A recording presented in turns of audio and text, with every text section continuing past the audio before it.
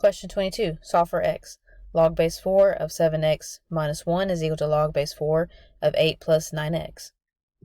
Okay, notice I have a log on this side and a log on this side, and I don't have a plus log of 4x, okay?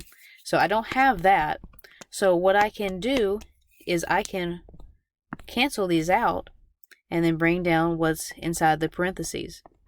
So 7x minus 1 is equal to 8 plus 9x, and then I can solve x from there. So I'm going to subtract 7x, and you can subtract the 9x first if you want to. You're just going to end up with a negative 2x on the other side, which is fine. I just try to avoid having negatives in front of my x values.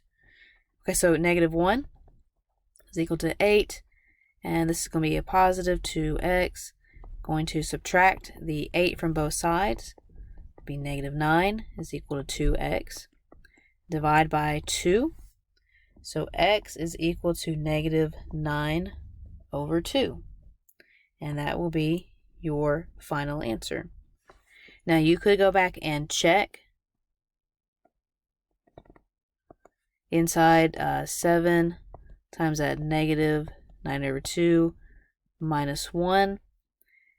And that's going to give you 7 times 9 is 63 over 2 minus 1. Okay, so we're going to divide by 2. So that gives us a negative 31.5 minus 1.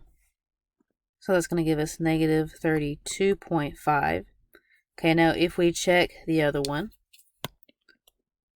so we got negative 32.5 for that one. 8 plus 9 times negative 9 over 2. Okay, 8 plus, and we'll go ahead and change that. It's going to be a negative. That's 81 over 2. Okay, so 81 divided by 2.